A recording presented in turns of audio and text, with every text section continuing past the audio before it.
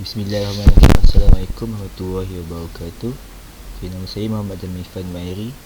Hari ini saya ingin menerangkan tentang 4 surah, iaitu surah Al-Baqarah, surah ayat 43, surah An-Nisa ayat 3, surah Al-Mutaffifin ayat 1 hingga 3, surah Al-Isra ayat 32.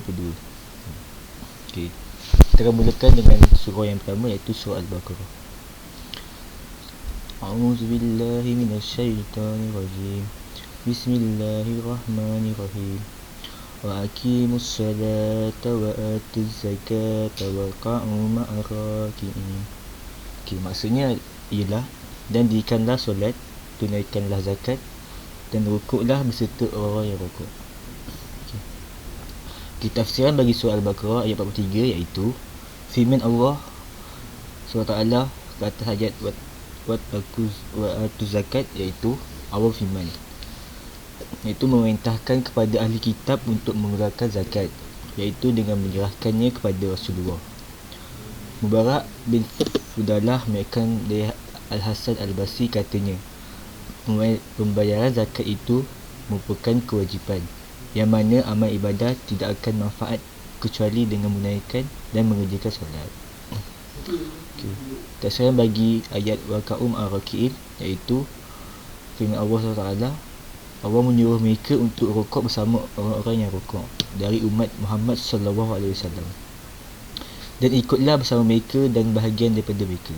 Jadilah bersama orang-orang mukmin berbuat yang terbaik di antara amal kebaikan yang paling khusus dan sempurna, iaitu solat. Okay, maksud daripada pengajaran daripada surah Al-Baqarah iaitu Allah SWT menerangkan untuk melakukan zakat kan?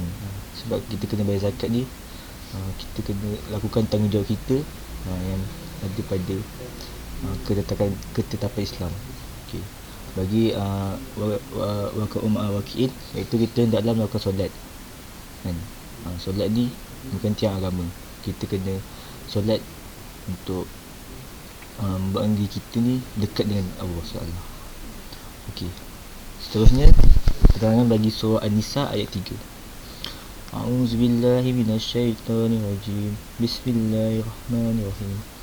Wa in hiftum alla tuqsitu fil yatama fankihu ma tabalakum minan nisa'i masna wa sulasa wa ruba'. فَإِنْ هِفْتُمْ أَلَّا تَعْدِلُوا فَوَاحِدَةً أَوْ مَا مَلَكَتْ أَيْمَانُكُمْ ذَلِكَ أَدْنَى أَلَّا تَعُولُوا. Maksudnya, dan jika kamu takut tidak berlaku adil terhadap perempuan yatim apabila kamu berkahwin dengan mereka, maka berkahwinlah dengan siapa-siapa yang kamu berkenan dari perempuan-perempuan lain, 2, 3 atau 4. Kemudian jika kamu bimbang tidak akan berlaku adil di antara isteri-isteri kamu, maka berkahwinlah dengan seorang sahaja. Dan pakailah hamba perempuan yang kamu miliki. Yang demikian itu adalah lebih baik dekat untuk mencegah supaya kamu tidak melakukan kezaliman.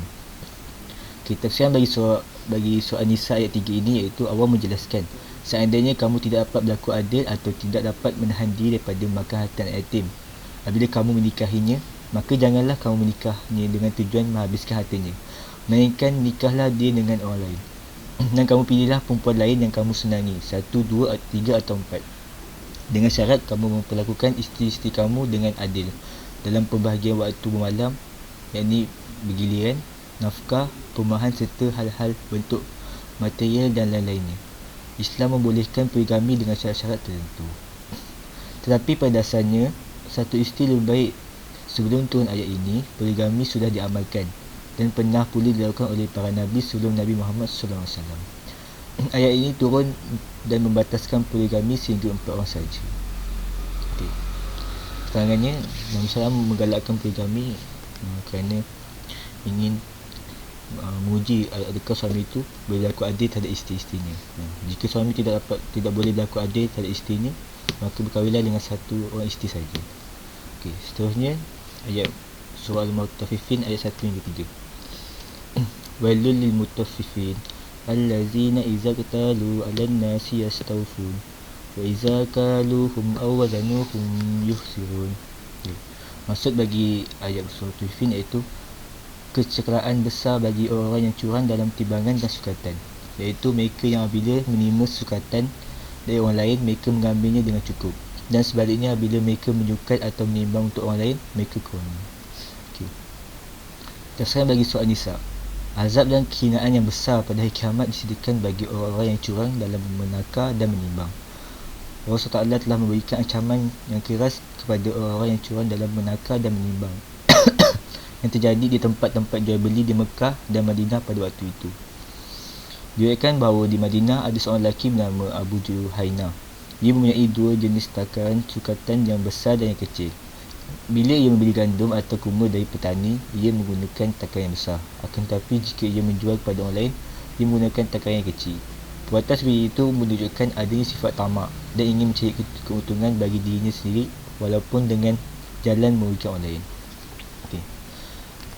Pelajaran bagi ayat surah Nisa iaitu kita janganlah mengambil hak orang lain.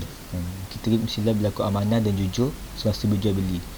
Kerana jika kita berlaku amanah dan jujur, akan ada keberkatan dan faedah dalam berjual beli. Maksud kisahnya surah Al-Isra ayat ke-32. Wala taqrabu zina innahu kana fahishatan wa sa'a sabila. Maksudnya, dan janganlah kamu menghampiri zina. Sesungguhnya zina itu adalah perbuatan yang keji dan satu jalan jahat yang bawa kerosakan. Tafsiran bagi surah Al-Isra ialah, dalam tafsir Ibn Katsir dijelaskan bahawa Allah SWT melarang hamba-hambanya untuk berbuat zina dan mendekati sesuatu yang boleh menyebabkan perzinaan. Kerana zina itu adalah fahisyah, yakni termasuk dosa besar yang paling buruknya dalam kemaksiatan.